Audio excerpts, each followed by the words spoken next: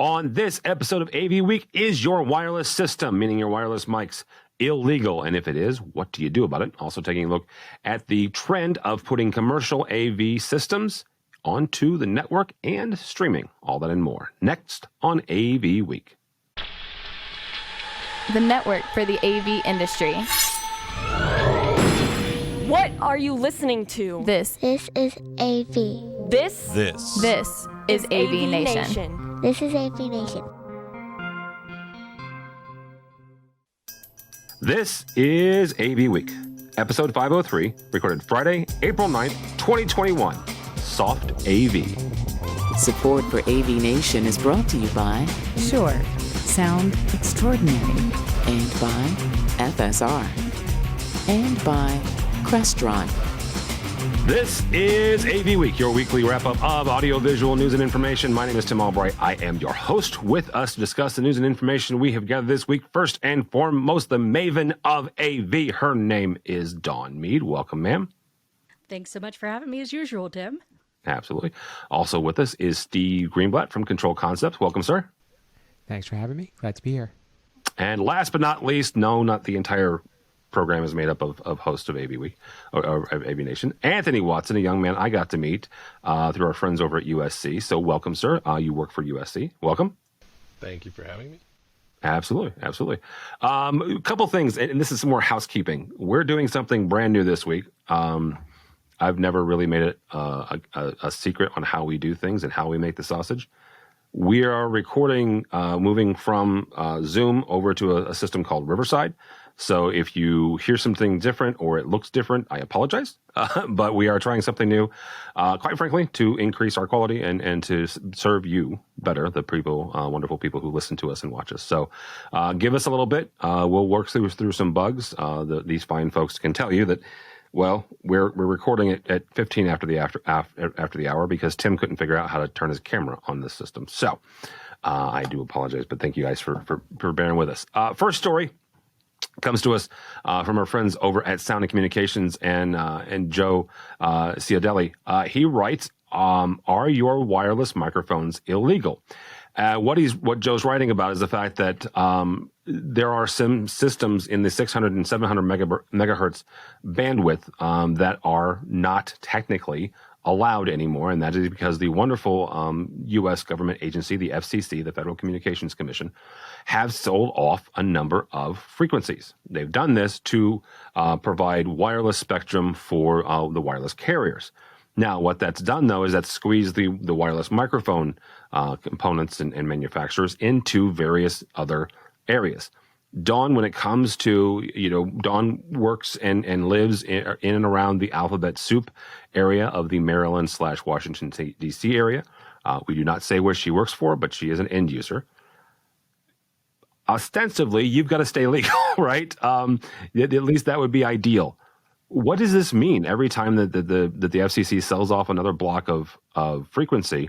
How do you stay ahead of that, and how do you stay on top of that as somebody who has a budget to maintain? Well, it's a difficult task to stay on top of and in front of, particularly in an area like the DMV, where Northern Virginia, DC, Baltimore, we've got so many people, so many companies, so many agencies, and so many blocked out secret frequencies going on around here that you can't always rely on a chunk of frequency being open for wireless mics, especially as they sell it off more and more. Now, I'm going to get sort of sassy for a minute here. If you are watching this or listening to this and you are an integrator and you are not aware of this issue, you shouldn't be an integrator. I personally have been blogging about and writing about this particular topic since 2009. Okay. That's what, 12 years ago? It's true. She really has. You can look them up. Yeah. I mean, you can go back to my early personal blog. You can go back to some of those stuff in the Rave archive. This is not a new issue. So if you're in integration and you're not actively educating your customers about this issue, shame on you. Absolutely shame on you at this point. Now, I will say end users, when I became an end user, joined this organization, which is very large, national, multinational organization. There are a lot of places that still technically have illegal microphones. And the first thing I did when I started was some of these projects that were coming up on life cycle refreshes. I said, what microphones do you have in there? Okay, FYI, those are illegal. We could get in a buttload of problems with, the government for using that. Heaven help the corporation if, some of the frequencies were allocated to public safety. So heaven help you if you've got a fire department or a police department or an ambulance service trying to react to an emergency and they're picking up your shareholders meeting. So it's not a basic issue. It's a very serious issue that we all need to be aware of. And I've been educating in the 4 years now I've been where I am, a lot of my end users of, hey, even if you don't have the budget to refresh your whole system, be aware of things like this FCC ruling and the fact that these microphones are illegal because, part of our job as internal AV specialists is not just designing systems that will work for our company and be cost effective. It's risk mitigation. And our job is to make sure that the company is not liable for damages, for breaking the law, for any number of things. And, it's more than just hanging a screen on the wall, guys, or putting a mic in a room.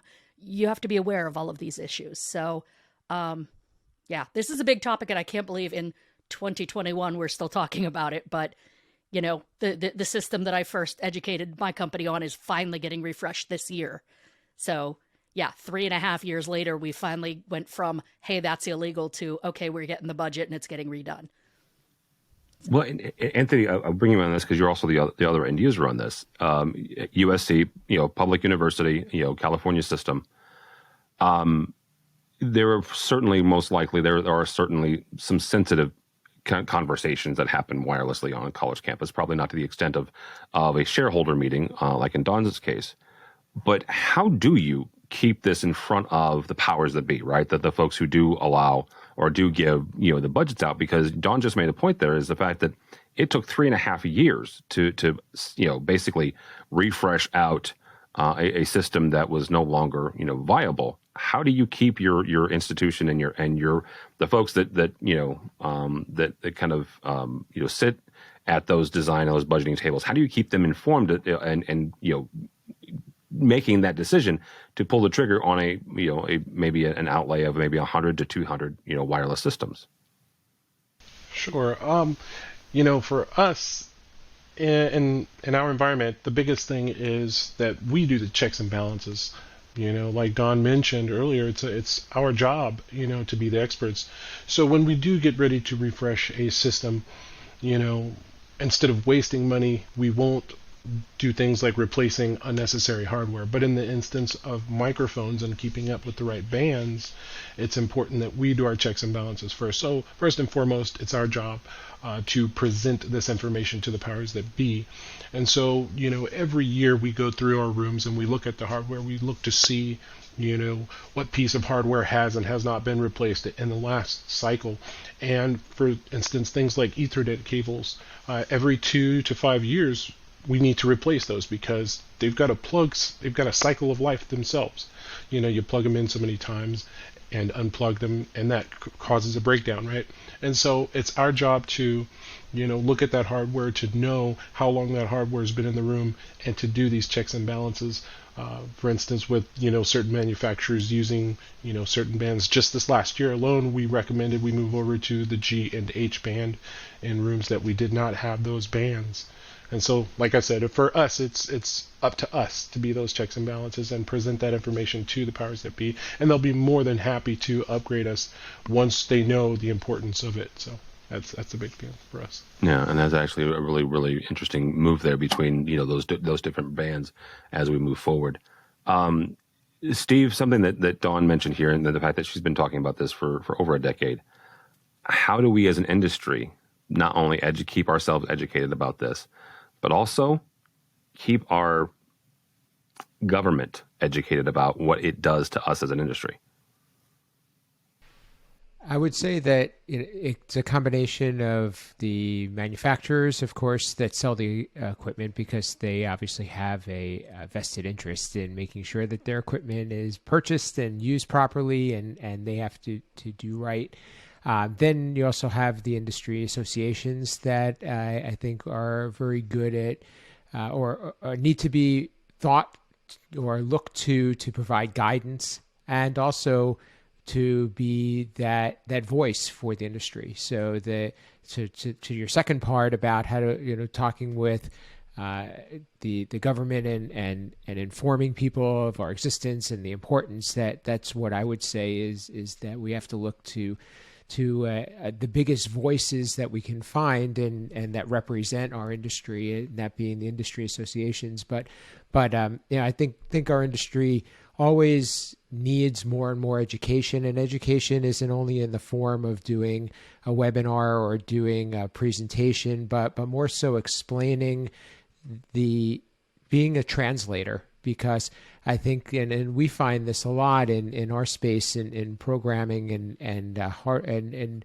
understanding when these new technologies come out, what does it mean to an end user client, and how do you make it so that they understand and can put things into perspective with regard to their uses, their application, and what's important to them, because there's a lot of confusion that happens, and much of it comes from the fact that there's a lot of marketing information that is going out in a broad sense, and not everybody needs to know all of the information. You only need to know what pertains to you and how that impacts what you're doing in particular. All right, very good. And if I could, Tim, Yep, just absolutely. Jumping on top of that, if you're an integrator and watching this, I know I yelled at you earlier, but if you're an integrator watching this, talk to your customers. Yeah, talk to your customers, educate them, as Steve said. If you know your customer doesn't have a Dawn or an Anthony on staff who is the AV expert that would know about these things, educate them. If you are an end user internal like Anthony and myself, educate your bosses, educate your other departments, let them know that this is a real issue. And, you don't all have to do what our buddy Josh Shrego did and put your AV career on hold and go to law school. But if you do, he's the JD for AV. But, educate yourself and be active. I know that NSCA has contacted me when I was an integrator a couple of times to go down to Annapolis to speak when there are bills that come up that impact our industry. I know that Infocom does similar lobbying efforts. So if you're in a state and you hear through one of the associations or just through buzz from your friends and neighbors and coworkers that there's a bill going to affect you, find out if you can speak on it. Because, for the people, by the people, of the people, we're the people. Get out there and tell them what the issue is and let them know how it's impacting a multi-billion-dollar industry with, ties in their community. Well, one quite caveat there. Infocom doesn't do that anymore. And I had a conversation with CEO Dave Labuscus just last week about that very thing. And Mitchell put a link to it when we're done here, because it is expensive. I understand Mr. Labuscus's point. But I think I made my points known on that as well. I think that if we all gather together, we could make some noise. So, and for what it's worth, just this past week, NSCA did a webinar about pending bills that are up before different states that impact our industry. So just keep an eye out for things like that, and let your voice be heard. NSCA does a very good job on the local level, right? On the state and the hyper local level. They don't do, I don't think anybody does a very good job on the federal level. That's my 2 cents. That is my opinion. So, all right. Friends over at, I am going to get an email. My Tech Decisions has an article here talking about integrating AV and video conferencing in an IoT world, bringing in the commercial side of the industry. Anthony, about a year ago, we all know what happened a year ago. The world ended and, came to a screeching halt. One thing I know that happened at USC, funny story. I was actually in Southern California with Joe Way, actually, and our buddy Mark Coxon, and a couple of the other folks, Jimmy and Lexi, to give Joe his AV Tweeps award right before Illinois shut down. Right, I was there on Thursday, flew back Friday, and then it all went sideways. You guys had an interesting kind of journey then, where you were, not only outfitting and helping the instructors and the professors, but you were also going into the classrooms and leveraging a lot of the Pro AV tech in there and putting it on the network and putting it on onto UC systems. Talk for a second about kind of that transition from, oh yeah, this is just for in class, to suddenly now, this Pro AV gear has got to go out and basically be a little mini broadcast studios. Yeah, I got to tell you, it was a rough journey, conceptually and, from the perspective of the tech staff. We go from individual black boxes that do individual things within the room and being controlled on the network versus now all video and audio being transported through the network. Like I said, it was a rough journey, but it took for us to communicate with, all the different parties within the university, security, the network administrators, the system administrators, the physical installation and removal of the old equipment and inventory and things of that nature. I'd probably say that the toughest thing out of all of this was getting an understanding of, or I shouldn't say getting an understanding, but helping my peers understand that AV in and of itself is a resource, yes, but it is now moving over into the IT world. It's no longer a separate entity. They are now combined. All devices are now remotely controlled on the network, and now all of the video and audio is traveling across the network. And so things like Wi-Fi networks or Wi-Fi control, is now important. In a world where, XLR cables used to be the norm. That's no longer the case. XLR cables, would get you there with your SM38 handheld microphone. We've eliminated that process entirely. Now everything's wireless. Everything is, now just on the USC network. And so biggest hurdle, once again, for us was, making that transition, getting people to understand the network side of things and the IT side of things. Now it's about Zoom, Adobe Connect, all of the other types of conferencing software. So now our techs have gone from being hands-on with the hardware to being hands-on with the software. That was our biggest transition, and that was the toughest thing for us. That's a huge thing right there, and I don't want people to miss this. Your background is IT, right? That's where you came up through. So talk for a second about helping those folks kind of translate, right, and making that transition to the network. When you think about how you provide service and support, you think about talking to a person who understands something on a different level, right? Not the same level that you understand it on. And so when you go to communicate these things, one of the things that I've learned in the past is that just using a common language, it doesn't necessarily have to be specific to someone else's expertise or your expertise, but just using a common language that will help you communicate your point. For instance, the difference between Zoom and Adobe Connect and the fact that you can just bring your own hardware to the classroom. It's still reliant somewhat upon you bringing a piece of hardware into the classroom. And so one of the biggest tools that I've used so far in doing so with my team is I have communicated that I don't want you guys to think about the hardware and trying to explain the hardware to the faculty and or the staff and or the students. Let's explain to them the software and how that software is going to be used to enrich their learning or their teaching. So we've transitioned away from the idea that, okay, I'm going to go into the room, I'm going to swap out this piece of hardware. No, now we've got to troubleshoot the laptop, because the individual laptop that they brought with them is going to be the main tool for their connectivity or their communication. So you've now got to understand Zoom, the ins and outs of, configuring, the ins and outs of, add-ons and things like that. And so my team has really been working hard on, trying to perfect, or not perfect, but learn how to use things like Zoom in an advanced fashion, thinking about it from the professor's perspective.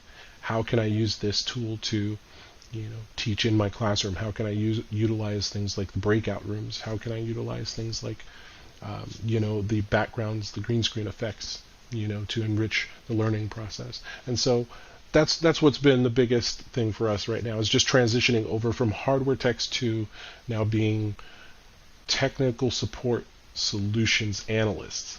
We're analyzing the software, we're learning the software ourselves, and then teaching that software use to the staff and faculty. Just for the record, over the course of this program, I have gotten 2 new titles for AV end users: internal AV specialist, and now software analyst, software AV analyst. I like both of those. So I was just a tech manager 10 years ago. All right, that's all I want to say. Mr. Greenblatt, talk to me for a second about this evolution, because you've been around AV for a minute, and Being nice. when I just said a minute. I mean, I didn't say how long. Technically, you are older than me, though. Not much, but you're there. About this evolution and getting, as Anthony said, they now we are, we spend as much time in software as we do, worrying about which pin is hot on an RS-232 cable.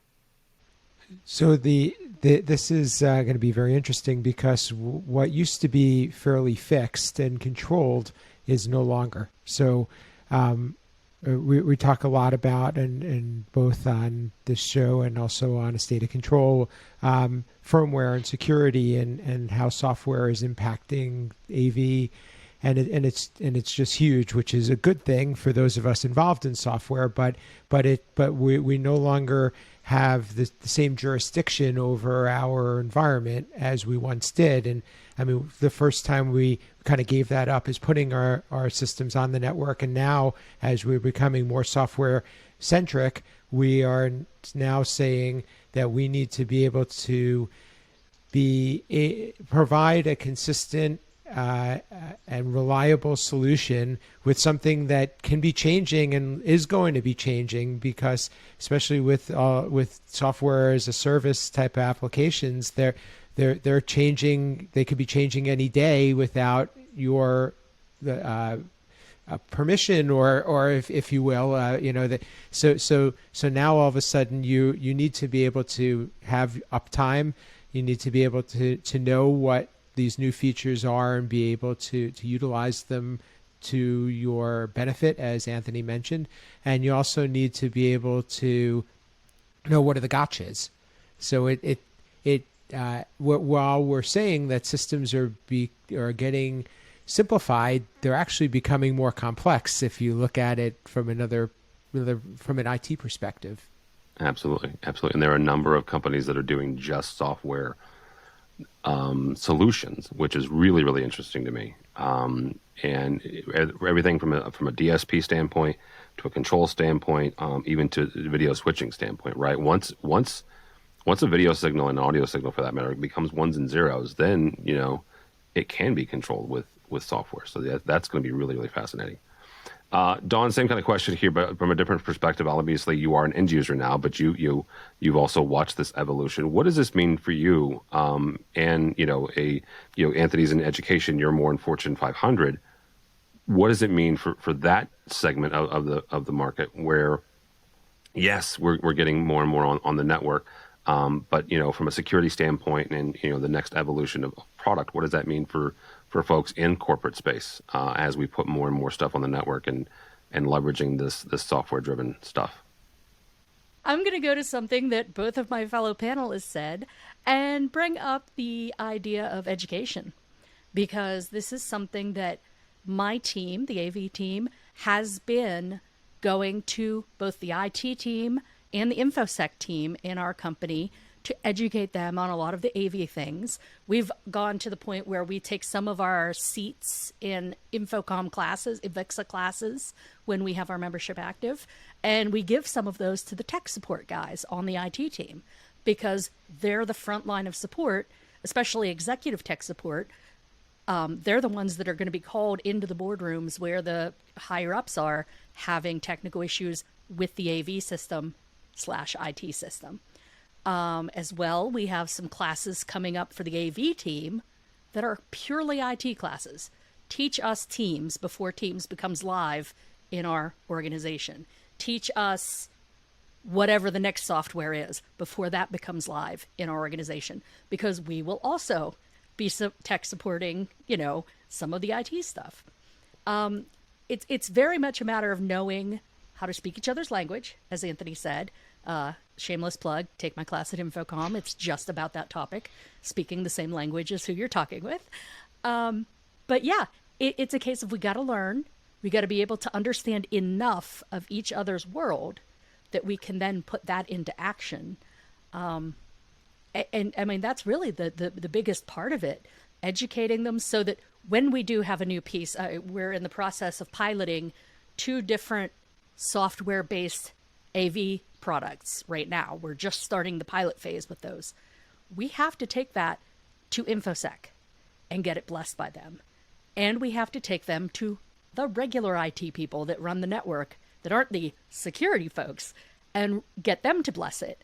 So, we have to first get the pilot built in a couple of spaces, bring these folks in and let them kick the tires and poke around under the hood.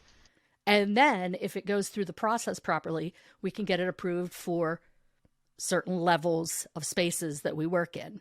So obviously, super magic classified type places, they don't usually get wireless or network based or anything without a bunch of extra hoops. But just your standard Fortune 500, your standard boardroom, classroom type situation, even those have to go through this vetting process. And without the education on both sides, you're not going to be able to get through that process very well. And they're just going to say, not on my network, pal.